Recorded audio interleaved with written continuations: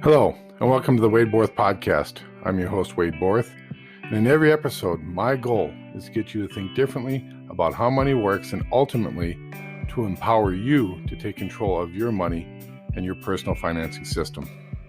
Something that somebody else produced. Right. So let's just say that theft is the first labor-saving idea. You don't have to produce anything. All you have to do is go take something that somebody else has produced. And people are going to go, yeah, so what? Big deal. Why? How is that applicable to what we're talking about? So the next question is, well, who's the biggest thief, Nicole?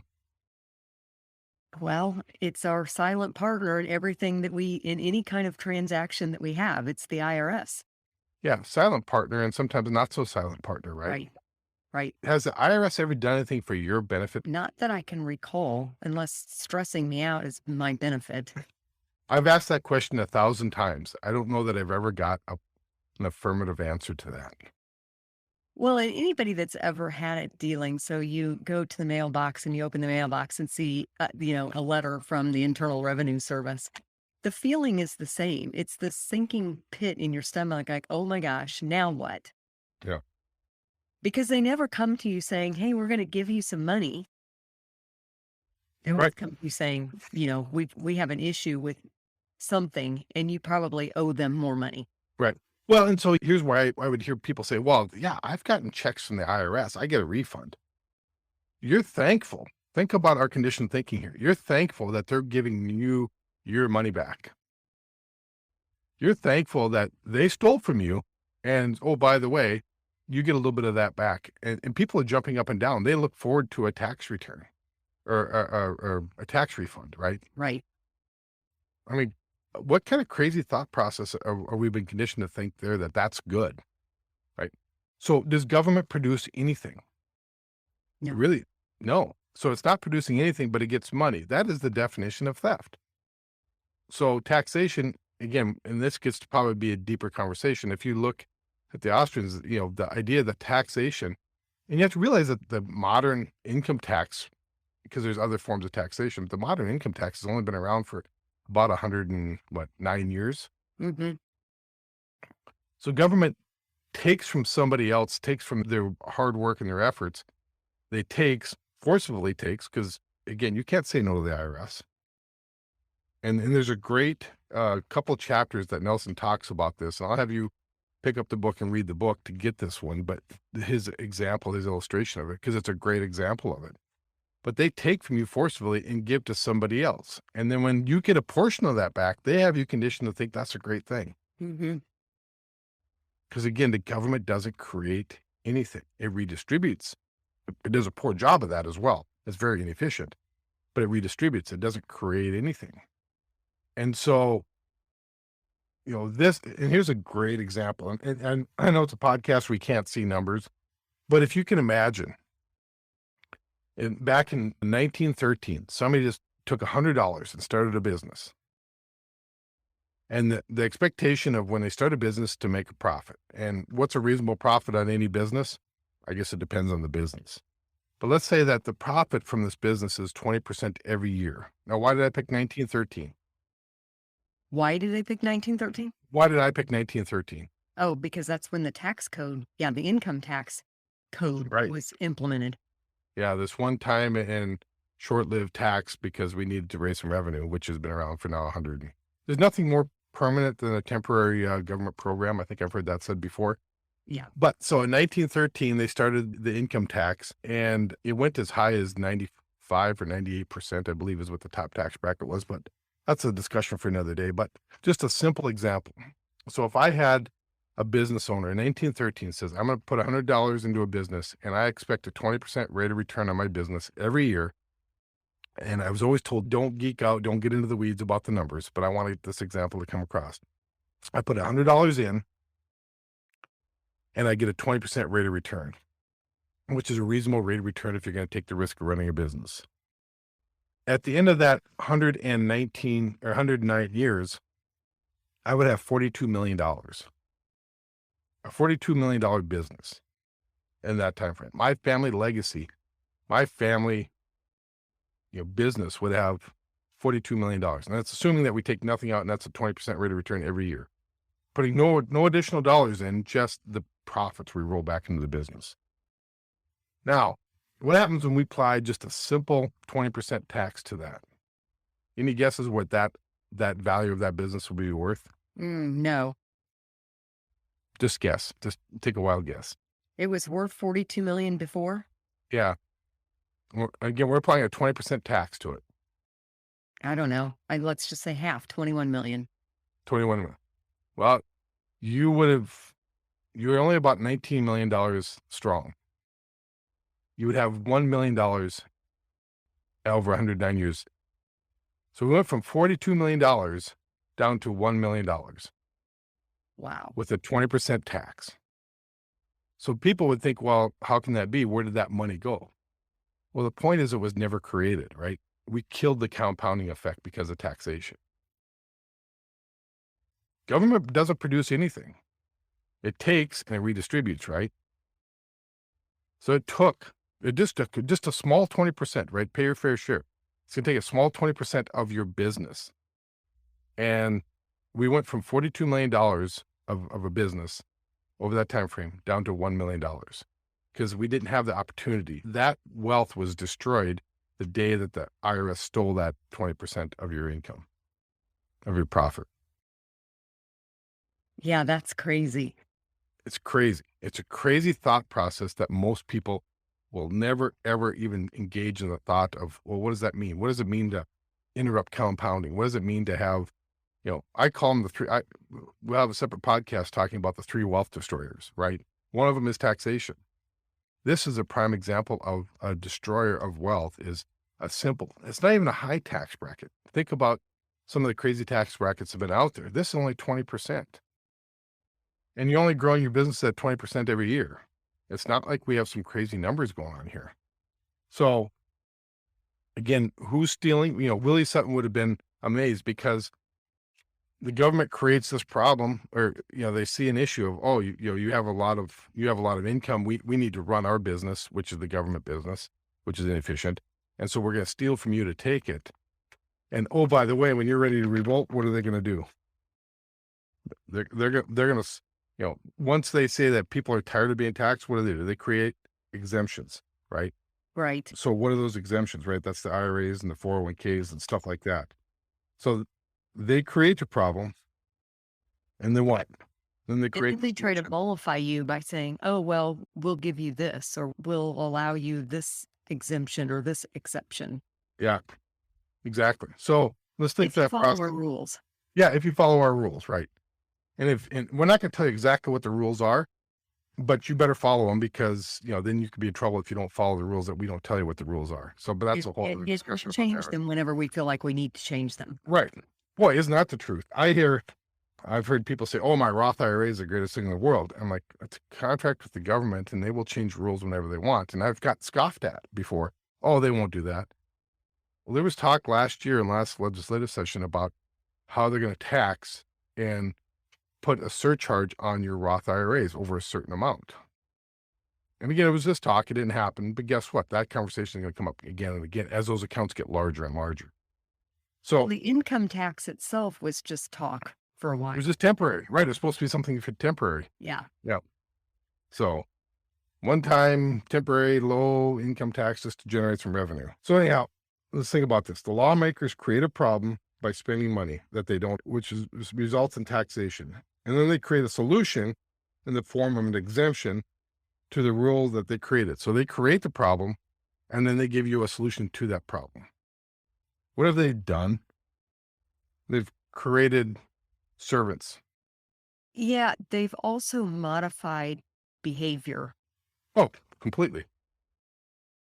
I had this conversation yesterday. A lady asked me, should people put money into their retirement savings accounts, or should they do something? Can't remember exactly how she phrased it. Should they put their money in a savings account for today, or should they put their money in a retirement savings account? And I said, why does it have to be either or? They need money today. They need money for retirement. Why do we need to segregate that? So the IRS, the government has said, we're going to reward, quote unquote, reward you for putting money into an IRA by giving you a tax um, deduction for that. So Right. they're telling people we're going to reward you, give you a tax deduction so you don't have to recognize those taxes today. But they're deferring it. It doesn't mean you're not going to recognize it. So they've modified your behavior to put money in today. And then they're modifying your behavior when you get to retirement as well, because now you have to take that money out at some point, whether you need it or not. Right. And taxed at what bracket? Who knows? We don't know. Right. Do you think taxes are going to be higher or lower than they are today? You know, $30 billion, $30 billion in deficit that they'll actually admit to. Right. Is that going to go down in the future? Up in the future? Yeah. I don't have all the answers. My crystal ball has been in the shop broken for a long time. I can just tell you through human behavior where I believe it's going to go, right? And I Is that, think do you think the most government's people would say they believe that the taxes are going to increase. Yeah, again, I'm not going to make an argument one way or the other. I'm just going to let people kind of figure that out, right? And you use your own judgment where you think that's going to be. Again, I'll take a 21-year-old that's making, say, $50,000 per year. Is that going to be his highest income earning years or his lowest income earning years? Hopefully it's his lowest income earning Right. years, right? And so why are we deferring a tax from today, which might be the lowest income you have, the lowest tax brackets you have, to something that maybe, we have no clue what's going to be in the future. So I'm not advocating, I'm not telling you what to do with your money. I just want you to think, right? That's really what the purpose of this podcast is to get you to think. Why is that, is this strategy in alignment with your belief system? That's really what it comes down to. Are our actions today, the actions we're taking today, in alignment with what we truly believe? Mm-hmm. I think if we ask that question of a lot of people, the answer is probably going to be, well, no, but I hadn't thought of it that way. Well, then the question is, what's stopping us from taking action? So in the, towards the end of this, I'm going to read out of Nelson's book, and this is towards the end of the chapter, when he talks about, the economic problems are best solved by people freely contracting with one another with limited government involvement to basically so they can enforce the function of contracts. That's really what in a perfect world would be the best, right? So this idea of that the government's not involved in what we do. Only thing they're there for is to enforce the contracts that you and I as free individuals can sign up for. Mm-hmm. Ultimately, that would be the perfect solution. And people say, oh, that's utopia. That's never going to happen. Well, I will tell you right now, that's exactly why Nelson believes that the use of a dividend-paying whole life insurance policy is the solution, because that's exactly what it is. It is a contract entered in with like-minded people who are free to make a decision to do so for the benefit of the group that we're contracting with. Ultimately, that's what we want, right? Yep. And it's a huge mind shift, the sense that I don't want the government to take care of us. I want us to take care of us. I want the banking function to be done at the you and me level, Nicole. Right. Nelson used to say that all the time, being done at the you and me level. And I'm like, what does he mean by that? Well, it's the belief system around that is a lot of people will look to the government for their solution. And rarely, if ever, is the government ever the solution. It's typically the problem. Where we should be looking for solutions is, to God and other men, people of like-minded individuals entering into contract. That's where the solution to things are going to come. If we want to dance around, playing with the government and dancing around government contracts and being involved in government contracts, and that's what you want to do, then that's fine.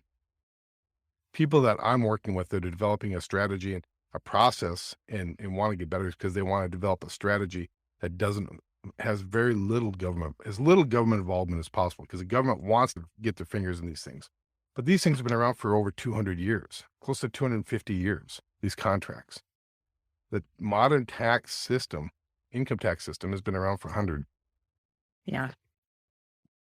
It makes me think about the type of people that that want to have the freedom to make these decisions and choices themselves, that recognize that I know what I need and what my family needs. I can make those decisions better than an entity that doesn't know me, doesn't know anything about what my family is, who we are, what we like, what we need. They're making decisions for people based on what the government wants or needs, not on what we individually want or need. And then once we decide, or we determine what we individually want or need, then we just want to contract with those that are like-minded, right? Hmm. Right. And so I think about that, the last sentence of this chapter is, uh, only, what we're entering into is a contract with private property. That's what a policy is a contract of private property. And then we're only entering into that contract with people who care about others that are that are near and dear to themselves, and they want to participate in this idea. Isn't that exactly what we want? Why do we want to enter into contact with people that have a different set of values than us? Not that their values are any worse or better. It's just different. Why not find people that are like-minded and enter contract with those same like-minded people? And that's just, in essence, that's what a policy is, just entering into that contract. Yeah.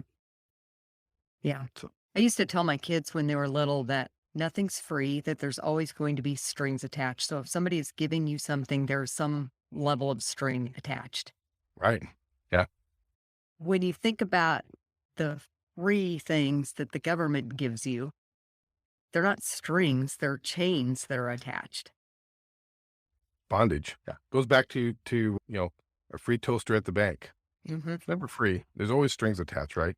Yep. They have you there. They condition you to think a certain way. They want you making that, that muscle memory, right? So I'm gonna go to the bank and do banking, right? Yeah. Well, and back to the Parkinson's law, how easy we become conditioned, how easily and how quickly we become conditioned to think a certain way. Yep. And Yeah, and just just the repeated, this is the way people do it. This is the way everybody's done it. This is the way it's always been done. It's repeated over and over. This is what everybody else is doing. yep. That conditioned thinking it happens without, if we're not recognizing it and saying, oh no, this is somebody else trying to put their values on us, we just fall right into that trap. Yeah, exactly. And and again, we don't have to be perfect in all this, right? We just have to be better than what we are today. Our biggest competition is ourselves. It's really nobody else. Yeah. But if we can address these, we can be better than we were yesterday, then to Nelson's point, we win by default because we measure ourselves against all our peers, especially in the financial world, right? We just have to be better than our yesterday person. And also, if we can start making inroads, we're going to win by default. And so there's a real point to be made there, is that don't let perfect get in the way of getting started. Don't let perfect get in the way of getting things done. How many people in your life do you know that want to study something to death and then never take action because they're waiting for the perfect time, the perfect situation? We're not going to have kids until we're ready. Well, what the heck is ready? I mean, I don't know. Is anybody ever really ready to have a kid come in their lives and disrupt their lives completely and fulfill that, need or desire that they've wanted? It's never a perfect time. And we're always thinking, well, we're going to wait until we're ready. We're going to think about this. We're going to, okay, fine, study, get an understanding of it, but don't let perfect get in the way, because Yeah. just by starting, just by taking that very first step, getting going, you're out ahead of all your other peers. And again, you think about, from Nelson's story, it took him 13 years to get away from the banking system that he hated, the modern banking system that he hated. He loved banking. He didn't love the modern banking system because he called them snakes and dragons, right? Yeah. But he also called the banking function the greatest business in the world, is the business of banking. So we have to separate that. But the whole idea is get started, get out ahead of your peer group. And that, again, that goes back to our initial conversation where we said, find others that are like-minded, get them to think like this, and create your own peer group and get your peer group moving forward. It usually starts with your family. Usually starts with your immediate family. Then it'll go to your non-immediate family, and then it goes to your friends and relatives, or friends that are, thinking along the same lines. And that's typically how you build your system. And that's how you build this group of people. that could be completely successful, extraordinarily successful by taking those first steps. And you don't have to be perfect to get started. All right. Anything else in that chapter? I don't know that there is. Nope. Well, there's a lot of stuff in that chapter. I'm going to let the reader, the listener, pick up the book and read and, get their own perspective from that. On to page 31, where Nelson's talking about the golden rule. When you were in Sunday school, what was the golden rule, Nicole? Do unto others as you would have them do unto you. Which is so true, isn't it? Isn't it? That, to me, that's the golden rule. Nelson takes a little bit of different turn to that, and not so much that was his idea, but he makes it more realistic. Yeah, he makes a realistic golden rule. Yeah. Yeah. And which is what? Share with us. He who has the gold makes the rules. Yeah, isn't that probably the modern day thought process, right? Yeah. But how many people realize that, do you think? I mean, we say it and we think it's self-evident, but really, how many people understand that? Maybe a lot of them, but they don't think they can do anything about it. I think that is the point, is people know that you say that to them and they kind of laugh and go, yeah, that's true. But they don't think there's anything that they can do about it. Yeah, there's nothing I can do about that.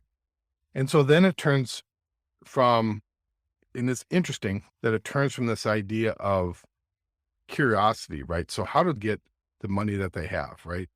How to get to where they're at. And that bit of curiosity, to me, is a very healthy, powerful thing. And I mean, I try to implement that in my life. Like, man, that person seems like they're moving in the right direction. What makes them, what was their event in life? What are they doing? Because I want to get better. I want to move towards that as well. Right. But in today's world, it's been replaced a little bit with, maybe not even a little bit, maybe a lot with jealousy. What do you mean by that? Well, they must have stolen from somebody to get to where they're at. What are they doing? It's not what are they doing? It's just like people have a tendency to say, oh, he's got, a ton of money. I mean, how often has the modern